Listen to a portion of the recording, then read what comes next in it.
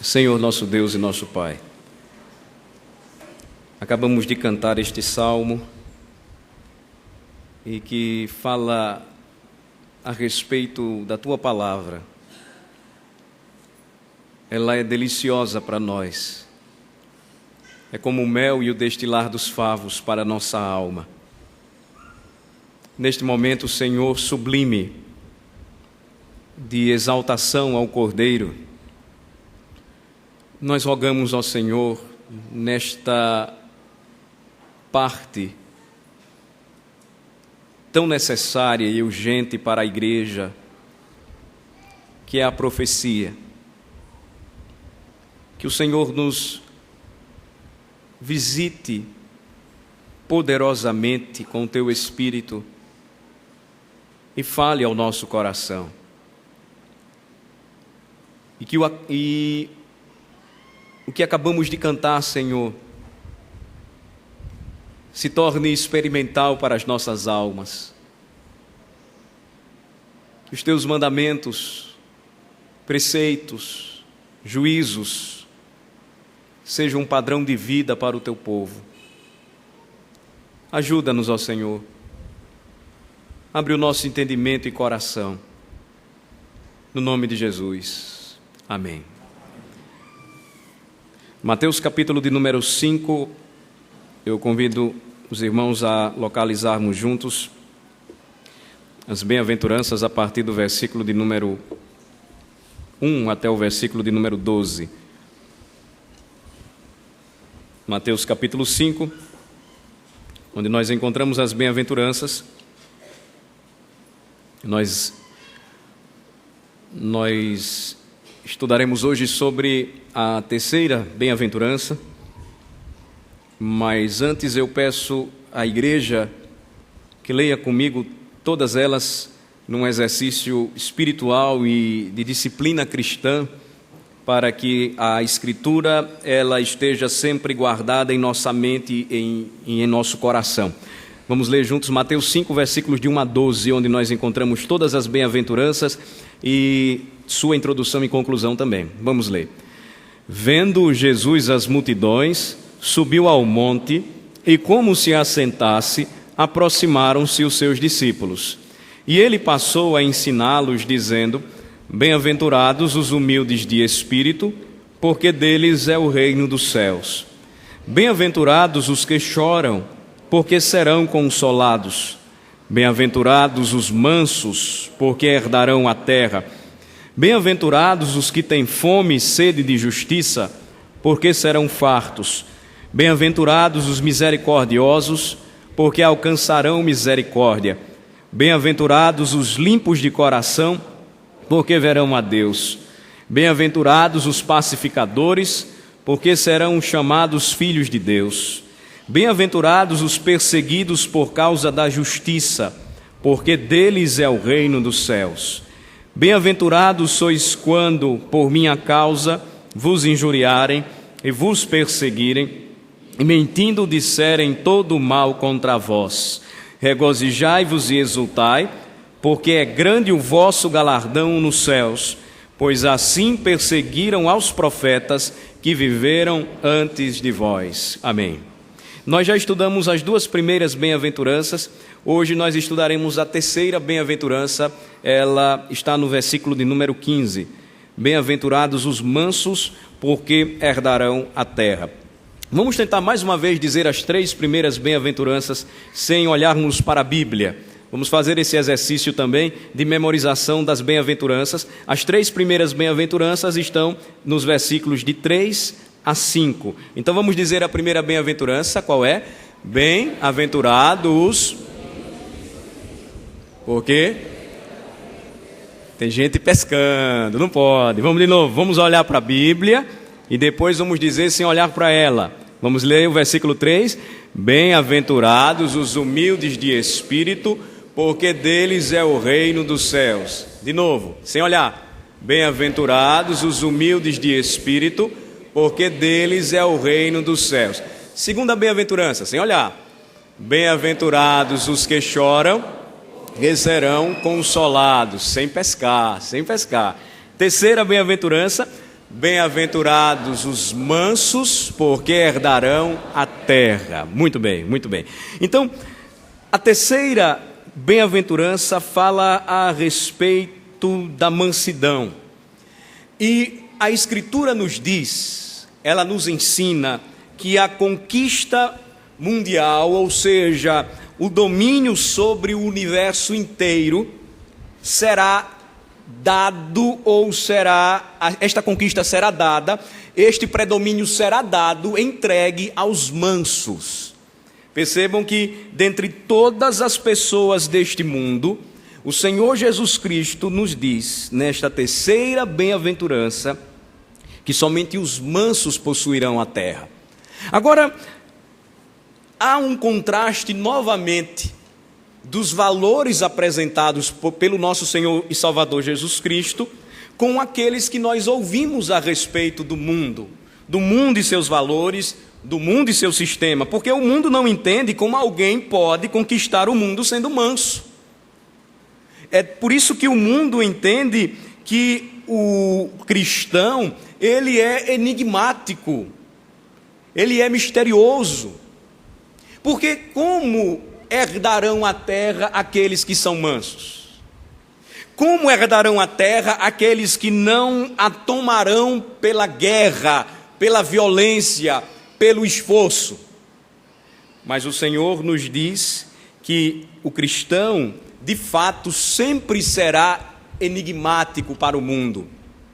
E se não há em nós um certo mistério, uma certa dificuldade de compreensão da parte daqueles que nos arrodeiam e não entendem como somos cristãos, como somos mansos e ao mesmo tempo dizemos que vamos possuir a terra, se não existe isso em nós, nós não somos de fato cidadãos do reino de Cristo e não podemos ser chamados de cristãos.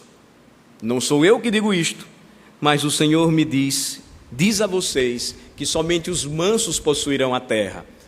Agora imaginem a mente do judeu naqueles dias recebendo este sermão. Eles não receberam este sermão com alegria. Eles não podiam conceber um Messias que não pudesse libertá-los econômica e militarmente. Eles queriam alguém que resolvesse o problema do domínio do Império Romano. Eles queriam prosperidade material, porquanto viviam sob escravidão. Eles queriam um rei, um Messias poderoso, liderando um grande exército, porque eles conheciam e sabiam do poderio de Roma.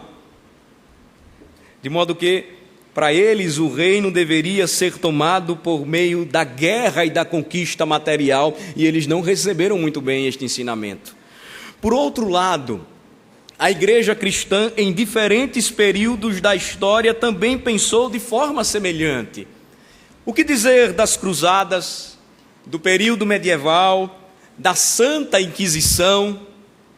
O que dizer hoje do Evangelho que diz que o nosso poder, que a nossa honra e que a nossa glória serão reconhecidas da parte do mundo quando nós enricamos? Quando nós conquistamos coisas, quando nós não adoecemos, quando nós somos vitoriosos segundo os padrões do sistema do mundo. É o mesmo que pensar, assim como muitos judeus pensaram, quando Jesus Cristo disse: bem-aventurados os mansos, porque herdarão a terra. Agora, as duas primeiras bem-aventuranças, elas nos levam a olhar, primeiramente, ou de maneira muito direta, para nós mesmos. Vamos lembrar, ainda que rapidamente. A primeira bem-aventurança me diz que eu preciso ser humilde de espírito, porque somente assim possuirei o reino dos céus. Receberei do Senhor o reino dos céus. É algo falado ou proclamado, anunciado, ensinado diretamente a mim. É algo que diz respeito somente a mim. É algo que profundamente me impacta e, consequentemente, me leva para a segunda bem-aventurança. se eu me humilho na presença do Senhor, reconhecendo minha total inabilidade para conquistar o reino dos céus, eu choro. Eu choro amargamente. Eu choro pelos meus pecados. Eu me lamento pela minha situação. Eu até mesmo vejo o mundo e sofro tamanha impiedade dos homens, mas são questões ligadas diretamente a mim. Mas quando nós olhamos para esta terceira bem-aventurança, irmãos, nós percebemos que a partir deste momento, quando eu saio da esfera onde eu estou olhando somente para mim mesmo e passo a ser olhado por outras pessoas, a pergunta que nós precisamos fazer é a seguinte: como é que eu reajo diante dessa situação? Porque ser manso agora envolve praticar a humildade e praticar de fato o sentimento de alguém que pertence ao reino e que agora ao mesmo tempo chora e se alegra, chora e é consolado porque pertence a Cristo. Como é que eu reajo quando as pessoas agora começam a olhar para mim e começam a se questionar ou a questionarem a si mesmas e a mim se de fato sou um homem manso? Se de fato sou um homem manso e sou possuidor desta herança celestial. Nós vamos trabalhar hoje, irmãos, e não pensem que não haverá conexões muito práticas com o que nós vamos celebrar aqui, que é a ceia do Senhor, porque de fato as bem-aventuranças demonstram um padrão elevadíssimo do reino. E mostram o que Cristo requer de nós e diz que este é o caminho da felicidade verdadeira para o homem. E por 3 momentos, pelo menos 3 ou 4 momentos, nós vamos trabalhar este assunto e, primeiramente, tentando responder biblicamente esta pergunta: como eu reajo diante dessa situação, analisando biblicamente outras questões. A primeira delas é esta: quem é a pessoa mansa? À luz da terceira bem-aventurança, a pessoa mansa se parece com quem? Eu posso utilizar aqui algumas ilustrações que eu penso nos ajudarão bastante a entender o sentido de mansidão bíblica. A pessoa mansa se assemelha a personagens do Antigo Testamento, como também personagens do Novo Testamento. Por exemplo, a pessoa mansa, ou quem é a pessoa mansa? Quando eu olho para Abraão, eu vejo uma pessoa mansa. Eu vejo um homem de fé e ao mesmo tempo um homem de mansidão. Eu vejo um homem que, discutindo, ou melhor falando, dialogando com o seu sobrinho mais jovem, ele preferiu ceder para ele a decisão da terra para onde ele queria ir. Isso é mansidão.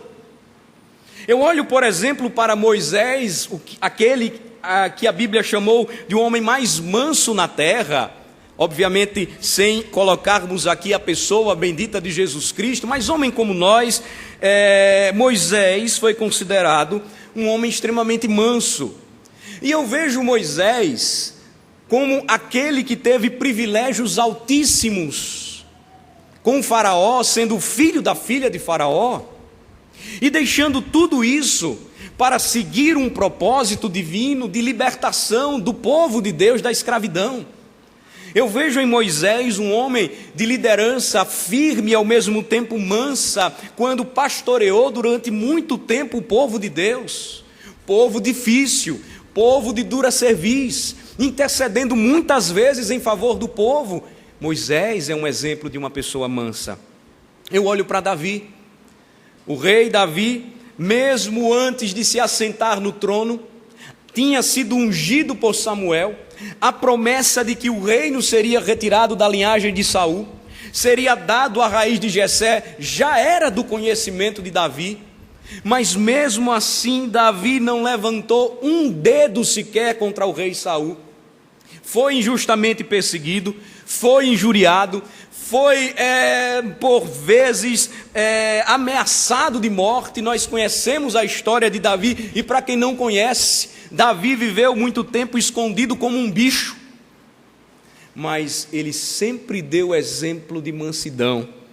Sendo um grande guerreiro, ele sempre se submeteu à vontade de Deus. pessoa mansa. No Novo Testamento, o que dizer de Estevão? Pregador vigoroso, diácono trabalhador, homem de serviço, mesmo sendo injustamente perseguido, morto, apedrejado, não reagiu, mas mansamente confiou o seu espírito ao Senhor, à semelhança de Cristo. O que é uma pessoa mansa? Ela se parece com quem? Poderíamos dizer que se parece com Estevão. E Paulo?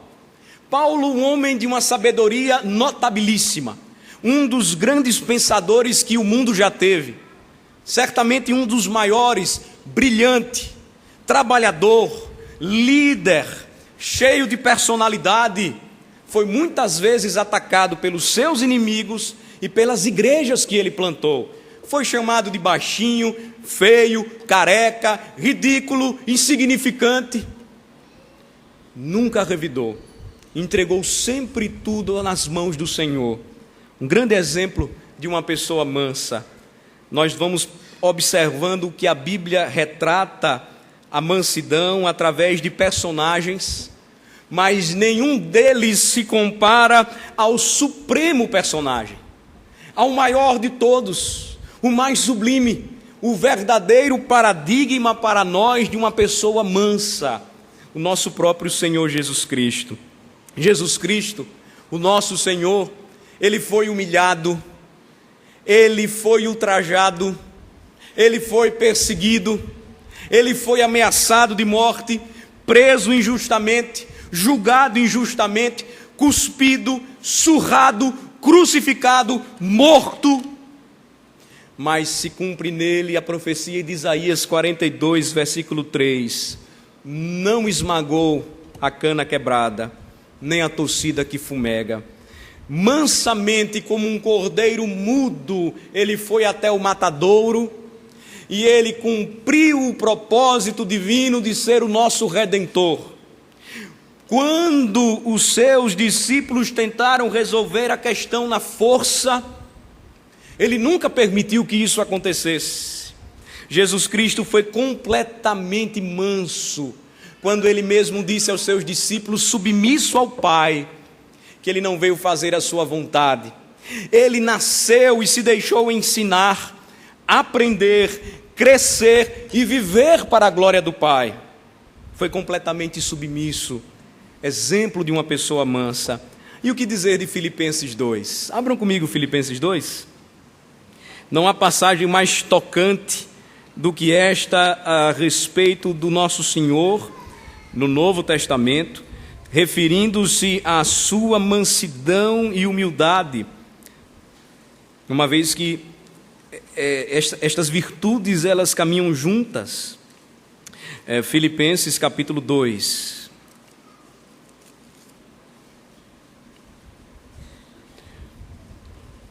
Diz o versículo 6, vamos ler juntos o versículo 6. Pois ele, subsistindo em forma de Deus, não julgou como usurpação o ser igual a Deus. Vejam, ele se humilha, mansamente ele aceita a vontade do Pai, subsistindo em forma de Deus, em nenhum momento julgou como usurpação o ser igual a Deus. Mas no versículo 7 o que é que nos diz? Antes, a si mesmo se esvaziou, assumindo a forma de servo, tornando-se em semelhança de homens, e reconhecido em figura humana, a si mesmo se humilhou, tornando obediente até a morte, e morte de cruz.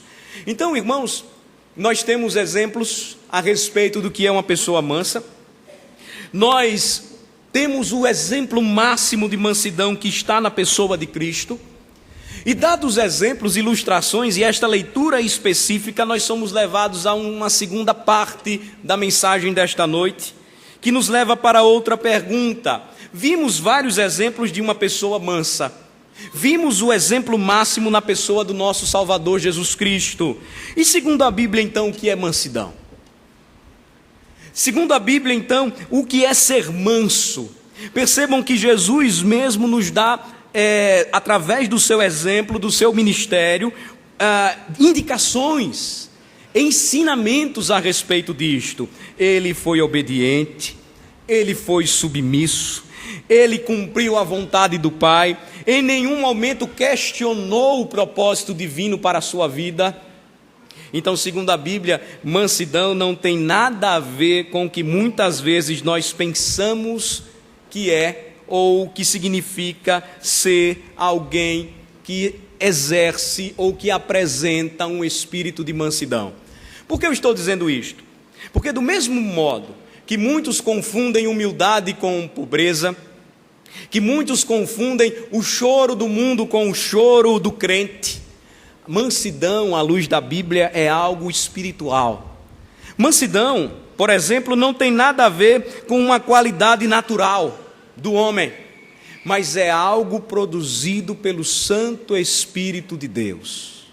Vou repetir, segundo a Bíblia, mansidão não é natural, mas é algo que o próprio Espírito de Deus produz na vida do crente, daquele que recebe a Cristo pela fé, daquele que, convencido de seus pecados, entrega a sua alma a Jesus.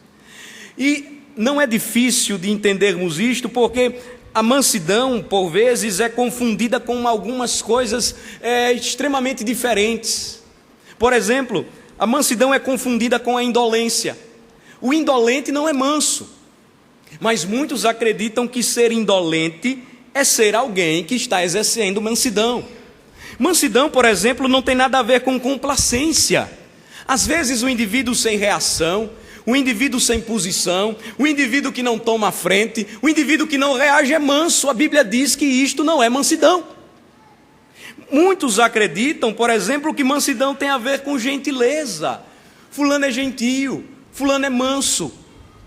A Bíblia não nos diz que gentileza também é prova de que você está exercitando, experimentando a bem-aventurança de ser manso, E por que eu estou dizendo mais uma vez, irmãos, ou afirmando estas coisas?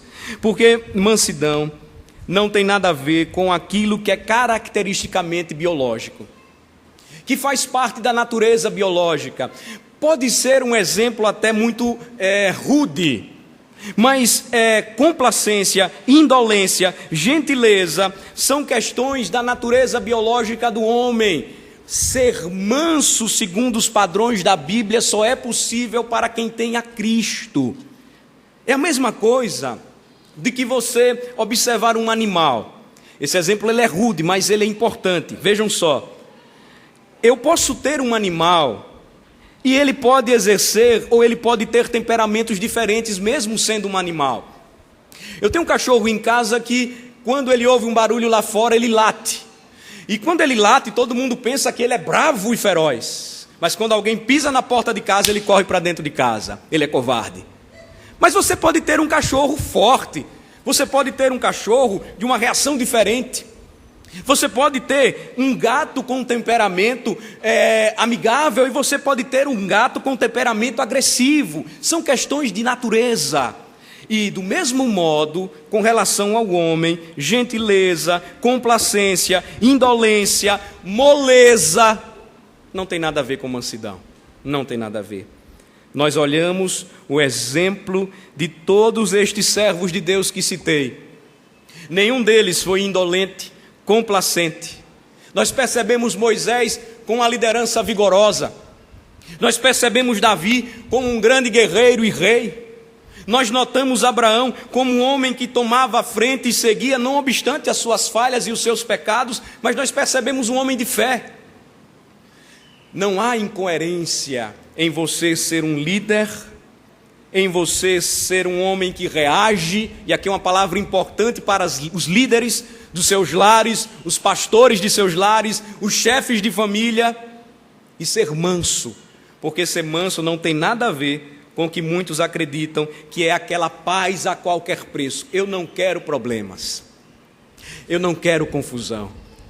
Nós vamos ver isso na história dos mártires, que foram homens fortes de caráter, homens com grande autoridade e poder, mas eram mansos. E como é que nós percebemos isto? Eles lutaram, eles pregaram o evangelho, Cristo sempre foi a bandeira deles.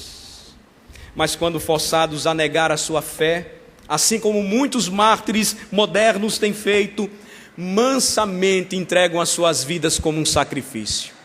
Mansamente se dirigem até a cruz e, sem reclamar, derramam o seu sangue, dão até mesmo a sua própria vida. Mansidão, irmãos, à luz da Bíblia, não tem nada a ver com os padrões do mundo, de homens frouxos, sem reação, moles, sem decisão, pessoas em geral, crentes em geral, que não tomam a mão no arado e trabalham para a glória de Cristo. Mansidão consiste no que nós vamos passar a ver agora. Em terceiro e último lugar, mansidão consiste em ser submisso diante de qualquer provação. O Senhor Jesus Cristo, Ele usou, ou Ele falou a respeito desta bem-aventurança, e não se esqueçam, irmãos, que Ele seguiu os padrões da sua própria Bíblia, da sua própria palavra. E Ele cita, com esta bem-aventurança e com tantas outras passagens no Novo Testamento, as páginas da Bíblia que Ele tinha em suas mãos, no Antigo Testamento. Mansidão consiste em ser submisso diante de qualquer provação. Jesus cita o Salmo 37. Verifiquem comigo, vamos para o Salmo 37. O Salmo 37, um salmo de Davi, homem manso, falava a respeito do verdadeiro significado da mansidão. Salmo 37, a partir do versículo de número 1. O que nos diz o versículo de número 1, os versículos de número 1 e 2 nos ensinam o seguinte, vamos ler? Não te indignes por causa dos malfeitores, nem tenhas inveja dos que praticam a iniquidade, pois eles dentro em breve definharão como a relva e murcharão como a erva verde. O que o salmista está dizendo e o que é que isto tem a ver, com esta bem-aventurança? Ser manso, segundo os padrões divinos, segundo os padrões cristãos, segundo a palavra de Cristo, é diante de qualquer provação se submeter à vontade de Deus. O que o salmista trata aqui é de um problema de indignação causado por conta da inveja daqueles que não viviam submissos à palavra ou à vontade do Senhor. E esta bem-aventurança, ela está ligada à posse da terra, à herança celestial, por quê? Porque momentaneamente não somos mansos quando nós agimos como o mundo age. E o indivíduo que não é manso, ele é reclamador, ele é murmurador, ele não aceita a vontade de Deus para a sua vida, os seus mandamentos parece que não estão diante dele, ele não consegue enxergá-los. E a Escritura diz então, não fique indignado, não tenha inveja, porque o que vai acontecer com estes homens é algo terrível. Versículo 2 diz que dentro em breve eles definharão como a relva, dentro em breve eles murcharão como a erva verde. Então nós encontramos aqueles versículos clássicos do Salmo 37, versículos 3 a 5, que eu convido os irmãos a lerem comigo. Vamos ler juntos? Confia no Senhor e faze o bem, habita na terra e alimenta-te da verdade. Agrada-te do Senhor, e Ele satisfará os desejos do teu coração. Entrega o teu caminho ao Senhor, confia nele, e o mais Ele fará. Que diferença, irmãos? Eu pergunto, e faço esta pergunta a mim e a vocês. Que diferença há entre Abraão, Davi, Moisés, Estevão, Paulo, os apóstolos, os discípulos, os mártires? Que diferença há entre eles e nós? Nenhuma. Exceto se estamos sendo mansos assim como eles e submissos à vontade de Deus. Porque mansidão, como disse anteriormente, não tem nada a ver com os padrões do mundo a respeito de alguém que não reage. Mas a mansidão, segundo os padrões da Bíblia, tem a ver com alguém que confia no Senhor e faz o bem. Alguém que, habitando na terra, ao mesmo tempo se alimenta da verdade de Deus. Alguém que agrada ao Senhor, ou seja, vive segundo a sua santa lei, e portanto tem os desejos do seu coração satisfeitos. Mansidão tem a ver com a entrega total, sem reservas da nossa vida, o que a Bíblia chama aqui de caminho, o teu caminho ao Senhor, confiando nele e crendo que o mais Ele fará. E Ele diz o que Ele vai fazer, Ele nos chama a descansar, e nós vamos entender isto quando nós chegamos numa leitura mais adiante. Nós não vamos ver o salmo todo e vamos entender por que este salmo tem a ver com a terceira bem-aventurança. Eu peço aos irmãos que prestem atenção. Versículo 6 diz: fará sobressair a tua justiça como a luz e o teu direito como o sol ao meio-dia. Descansa no Senhor, espera nele, não te irrites por causa do homem que prospera em seu caminho, por causa do que leva a cabo os seus maus desígnios. Deixa ir, abandona o furor, isso é mansidão. Não te impacientes, isso é mansidão. Certamente isso acabará mal, porque os malfeitores serão exterminados, mas os que esperam no Senhor possuirão a terra. Mais um pouco de tempo e já não existirá o ímpio. Procurarás o seu lugar e não o acharás. Vamos ler juntos o versículo 11. Mas os mansos herdarão a terra e se deleitarão na abundância de paz. Ser manso, segundo os padrões da Bíblia, irmãos e irmãs, é descansar no Senhor, é esperar nele, é não ter inveja dos ímpios, é abandonar a ira, o furor, é não ser impaciente, porém como o Senhor, estar disposto a suportar em submissão toda e qualquer provação. Poderíamos dizer também que é estar disposto a sofrer o dano ao invés de causá-lo. Não foi isso que o Senhor Jesus Cristo fez por nós. É confiar naquele que nos ama e que por nós se importa. Não foi isso que o Senhor Jesus Cristo fez por nós. Como, irmãos, não entender as promessas bíblicas dadas pelo Senhor? Como não entender o conceito da verdadeira mansidão? Se de modo tão enfático, tão direto, o Senhor nos diz isto nessa noite. Ele fala para nós nesta noite. Os malfeitores, eles não prosperarão, mas os que esperam no Senhor possuirão a terra. Os mansos é que herdarão a terra, é uma promessa divina, é uma promessa do Senhor. De modo que, irmãos, nesta noite, que é um momento de renovação da aliança, que é um momento onde nós meditamos e refletimos a respeito do sacrifício de Cristo, nenhum homem que não tenha dado, entregado a sua vida ao Senhor, e todos os que fizeram isso receberam o dom da mansidão, porque é espiritual. Lembrem-se, não é algo natural. O homem, preservado a sua personalidade, alguns reagem mais rápido, alguns menos, alguns são mais rápidos em decidir, outros não. Alguns são mais animados em trabalhar, outros precisam de um incentivo. Todos os que possuem a Cristo receberam o dom da mansidão e não podem dizer que este será um exercício difícil, porque este é um dom e um benefício espiritual. A Escritura nos mostra que a verdadeira mansidão consiste em submissão, disposição e confiança. E, portanto, meus irmãos, somente aqueles que estão submissos, dispostos e confiantes em Cristo têm a promessa da herança da terra. Tem a promessa de que a sua vida, de que a sua pátria, ela não é deste mundo. Olham para Cristo e vivem como Ele.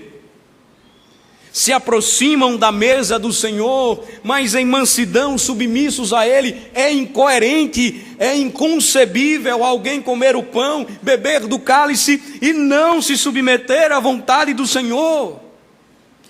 Cristo chama a mim e a vocês nesta noite, para que em uma renovação sincera de aliança, entreguemos a Ele não partes da nossa vida, mas tudo aquilo que somos e possuímos. Isso envolve disposição, submissão e confiança. Finalmente, o significado da terra é importante para nós depois que entendemos o que é ser manso. E eu procurarei ser breve, porque só podem sentir verdadeiro gozo e alegria a respeito do significado de sermos como cristãos co-herdeiros com Cristo, das riquezas celestiais, do tesouro celestial, aqueles que se fizeram mansos porque receberam o Redentor. Herdar a terra, biblicamente, significa que aqueles que são mansos, porque entregam os seus corações a Cristo, não murmuram, não reclamam, vivem para a sua glória, estão dispostos a dar a outra face, o outro lado, se for possível, caminham a outra milha com que lhe ofende. Esses e somente esses têm direito, pela graça, a esta possessão. Herdar a terra é ter a certeza de que esta celebração aqui é apenas o início, é apenas um marco, é apenas uma preparação santa para as bodas eternas que desfrutaremos com o Senhor para todo sempre. Temos direito, pela graça, a esta possessão.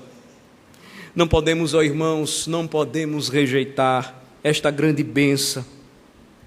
Herdar a terra significa que o nosso tesouro será inalienável. Os nossos bens, por amor a Cristo, se formos fiéis e piedosamente fiéis a Ele, poderão vir a ser espoliados, alienados, arrancados de nós. Porém, todos aqueles que são mansos são chamados de bem-aventurados, porque possuem um tesouro que nem a traça nem a ferrugem podem corroer. Possuem um tesouro celestial inalienável. É um grande presente para nós, irmãos, e a grande dificuldade que temos é de entender que esta graça oferecida a nós, em terceiro e último lugar, não será dada ou não será alcançada, ganha, e nem mesmo pode por mérito próprio. Às vezes nós continuamos a lutar como o velho homem lutava, acreditando que o que nós temos, o que possuímos é nosso, não podemos largar. E às vezes comparamos coisas espirituais da mesma maneira. E quando nós fazemos isso, nós não revelamos a mansidão de um indivíduo humilde e que chora por ser pecador, mas é consolado por Cristo. Mas revelamos a mesma arrogância, a mesma prepotência, a mesma maldade, a mesma violência daqueles que ainda desejam conquistar o mundo pelo seu braço. Mas o Senhor nos diz que herdar a terra é de graça receber esta possessão, é ter um tesouro que jamais irá se perder e que foi dado por Cristo, somente por Cristo, de modo que, meus irmãos, não foi por mérito nosso, mas foi pelo sangue, pelo corpo que foi dado por aquele que entregou a sua vida por nós. Não haverá mudança, compromisso, desejo sincero da nossa parte de caminhar segundo os padrões elevadíssimos deste Sermão do Monte. Notem, muitos acreditam, não, o Antigo Testamento é que era difícil para nós nos deparamos com o Sermão do Monte. E Jesus nos mostra como os seus padrões são elevados.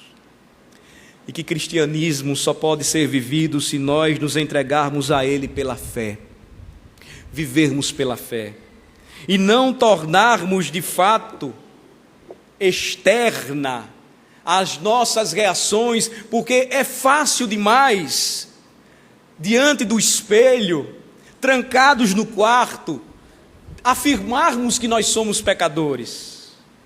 Difícil é quando alguém olha para nós e diz: você é pecador. Quando alguém olha para você e diz: você pecou. Quando olha para você e diz: você reclama demais. Você é insatisfeito com a sua situação, ou vive insatisfeito com a sua situação. Você não confia, não se submete, não se dispõe a servir ao Senhor. É muito difícil quando nós ouvimos isto da parte do nosso próximo. Mas exercer a mansidão envolve sofrermos as injúrias dos nossos inimigos e acatarmos as críticas que nos são feitas, até mesmo aquelas que são feitas aos sermões.